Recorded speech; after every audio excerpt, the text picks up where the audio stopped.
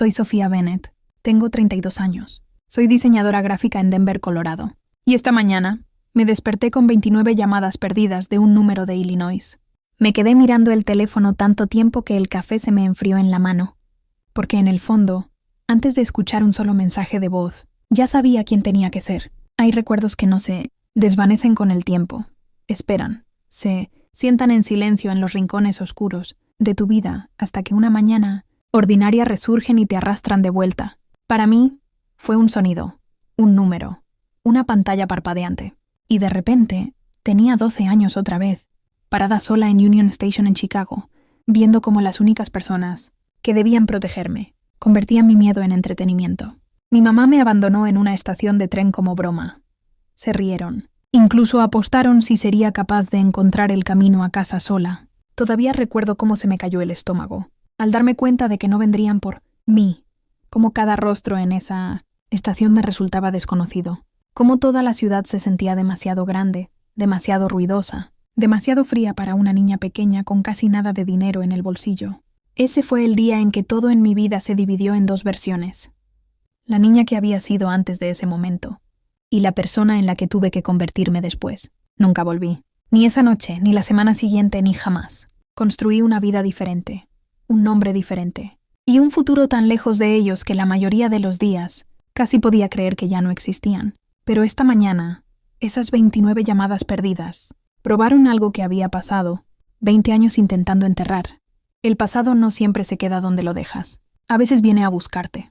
Crecer en Willow Creek, Illinois me enseñó muy temprano que las apariencias lo eran todo en mi familia. Para nuestros vecinos parecíamos sólidos y respetables. El tipo de familia, americana de clase media que la gente señalaba cuando quería, hablar de trabajo duro y buenos valores. Mis padres tenían una pequeña pero exitosa cadena de tiendas de artículos para el hogar. Los fines de semana mi padre hacía asados en el patio trasero. Mi madre saludaba a la gente al otro lado de la cerca, y todos actuaban como si estuviéramos construyendo el tipo de vida que otras familias deberían admirar. Pero dentro de la casa, el amor siempre estaba atado al rendimiento, y la seguridad dependía de si mi madre estaba lo suficientemente aburrida como para inventar otra lección. Ella adoraba llamar las lecciones. Era su palabra favorita. Si lloraba era demasiado sensible. Si pedía ayuda era inútil. Si olvidaba algo, necesitaba aprender responsabilidad. Podía convertir cualquier error normal de la infancia en una razón para humillarme. Y mi padre siempre la respaldaba con una sonrisa, como si la crueldad fuera algún tipo de deporte de equipo que ambos disfrutaban. Cuando tenía 8 años, pedí un par de zapatillas en el centro, comercial porque las mías, viejas, se estaban deshaciendo por los dedos.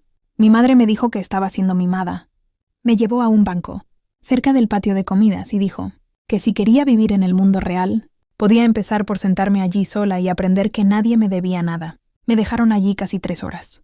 Recuerdo mirar el puesto de pretzels, oliendo canela y mantequilla, intentando no llorar porque cada vez que lloraba parecía entretenerlos.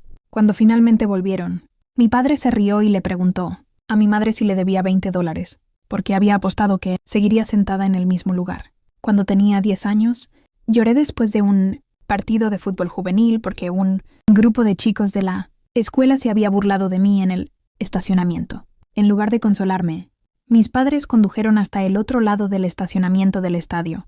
Me dijeron que bajara y me dejaron allí después del atardecer, porque según mi madre, las lágrimas hacían débil a la gente, y la debilidad atraía peor trato.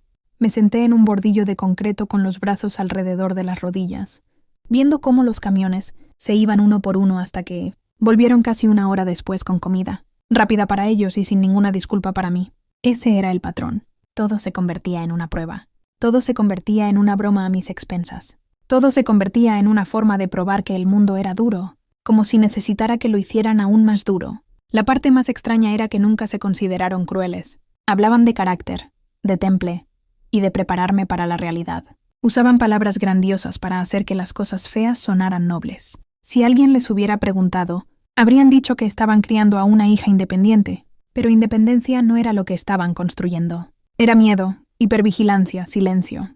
Aprendí a estudiar sus estados de ánimo antes de hablar. Aprendí a desaparecer en mi propia casa. Aprendí que si me quedaba lo suficientemente callada, lo suficientemente útil, lo suficientemente invisible, Tal vez podría pasar un día sin ser elegida para uno de sus experimentos. El único lugar donde sentí que existía fuera de sus reglas era en el papel. Dibujaba constantemente. En el dorso de los recibos, en los márgenes de las tareas escolares, en libretas baratas que compraba con el dinero de cuidar niños. Dibujaba dormitorios con puertas cerradas con llave, ventanas de trenes llenas de luz, mujeres paradas en cimas de montañas sin nadie detrás de ellas. Lo que lo empujó todo al límite fue algo tan pequeño que la mayoría de los padres ni siquiera lo recordarían. Una semana después, saqué un notable alto en arte.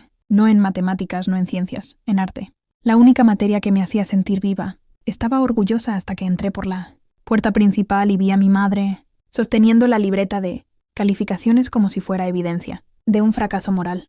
Me preguntó cómo una chica que pasaba tanto tiempo dibujando aún podía decepcionarla en la única clase que supuestamente le importaba. Mi padre dijo que quizás me estaba volviendo perezosa. Esa noche, mientras fingía hacer la tarea en mi habitación, los escuché hablar en la cocina, con voces bajas y divertidas de la manera que siempre hacía que mi estómago se tensara. Mi madre dijo que necesitaba una lección que nunca olvidaría. Mi padre dijo que apostaría dinero por eso. A la mañana siguiente, actuaron tan alegres que me puso la piel de gallina. Mi madre hizo panqueques. Mi padre me preguntó si quería jugo de naranja. Me dijeron que íbamos a hacer un viaje de día a Chicago, solo los tres. Y por un estúpido y desesperado segundo, pensé que quizás estaban intentando reencaminar algo. Quizás la pelea de las calificaciones había terminado. Quizás esto era lo más parecido a una disculpa que mi familia podía lograr. Debería haberlo sabido. Llegamos a Union Station alrededor del mediodía. Nunca había visto algo tan grande ni tan concurrido de cerca. La estación se sentía como una ciudad entera comprimida bajo un solo techo. Personas con maletas con ruedas pasaban apresuradamente en todas direcciones. Dentro del hall principal, mi madre señaló un enorme pilar, cerca de la entrada, y me dijo que esperara allí mientras movían el carro y buscaban el almuerzo. 15 minutos, dijo. Quizás 20. Pasaron 15 minutos, luego 30, luego 45. Al principio seguía diciéndome que el estacionamiento estaba mal o que la fila de comida era larga. Una hora después, mi pecho empezó a doler. Una hora y media después, podía sentir el pánico subiendo tan rápido que me temblaban las manos. Tenía $9 en el bolsillo, sin teléfono, sin dirección anotada, sin idea de cómo funcionaban los trenes. Nunca me había sentido más pequeña en mi vida. Entonces vi el carro por las ventanas del frente, moviéndose lentamente por la calle. Vi nuestro carro deslizarse. Todo mi cuerpo saltó de alivio con tanta fuerza que casi me reí. Corrí hacia el cristal, agitando ambos brazos, y por un instante realmente pensé que habían vuelto. Mi padre conducía. Mi madre estaba en el asiento del pasajero.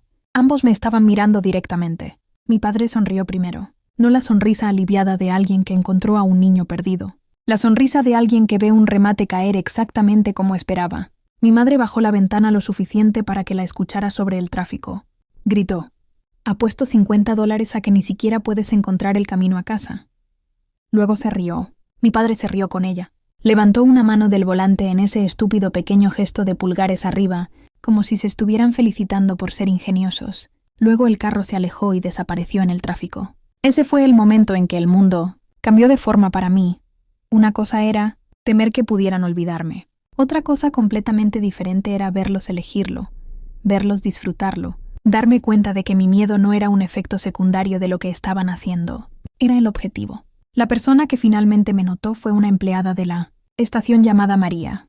Tenía unos 50 años, con ojos cansados, y el tipo de voz calmada que te hacía querer decir la verdad, incluso cuando tenías miedo. Me había visto pasar por la misma fila de asientos y máquinas expendedoras múltiples veces. Me detuvo cerca de un pasillo y me preguntó si estaba perdida. Mentí de inmediato. Dije que estaba esperando a mis padres. Me preguntó cuánto tiempo llevaba esperando. Dije que no sabía. Me preguntó si había comido. Esa fue la pregunta que me rompió. Empecé a llorar tan fuerte que apenas podía respirar. Toda la vergüenza que había estado tragando desde el mediodía se deshizo, en un llanto feo y repentino. Le dije que me habían dejado. Le dije que habían pasado con el carro y se habían reído. Le dije que mi madre había apostado dinero sobre si podría encontrar el camino a casa. María no reaccionó como lo habrían hecho mis padres. No me dijo que me calmara ni me acusó de ser dramática. Se agachó ligeramente para que su cara estuviera a la altura de la mía y dijo muy claramente: «Ahora estás a salvo y voy a ayudarte». Cuando finalmente se comunicaron con mis padres por teléfono, Solo pude escuchar la mitad de la conversación, pero nunca olvidaré la expresión en la cara del oficial. Pasó de un profesionalismo cauteloso a una incredulidad, abierta en aproximadamente 10 segundos. Luego fue silencioso por un largo momento, escuchó y dijo: «No, señora. Dejar a una niña de 12 años en una estación de tránsito. Importante no es una lección de independencia, es abandono de menores». Todo mi cuerpo se quedó frío cuando escuché esas palabras. No porque sonaran demasiado duras, porque encajaban. Cuando el juez finalmente me preguntó si quería volver a casa mientras el tribunal supervisaba a la familia, dije que no, tan rápidamente que la respuesta pareció sorprenderme incluso a mí. Mi madre me miró como si la hubiera abofeteado. Mi padre murmuró algo en voz baja sobre ingratitud. La fase siguiente debía ser un camino hacia la reunificación. Clases de crianza, terapia familiar, visitas supervisadas. En papel sonaba justo. En realidad, mis padres lo trataron como un insulto público. Odiaban la idea de ser evaluados. Odiaban la idea de supervisión. Y entonces, en el momento más importante de todo el caso, se les dio una opción. Podían comprometerse con un programa de reunificación de 2 años. O podían renunciar voluntariamente a la patria potestad. Eligieron renunciar. Así de sencillo. Mi pecho no se rompió en el tribunal como podrías imaginar. Se quedó extrañamente quieto. Había pasado toda mi vida tratando de serlo suficientemente buena para evitar que se volvieran contra mí. Y al final, me abandonaron antes que admitir que estaban equivocados.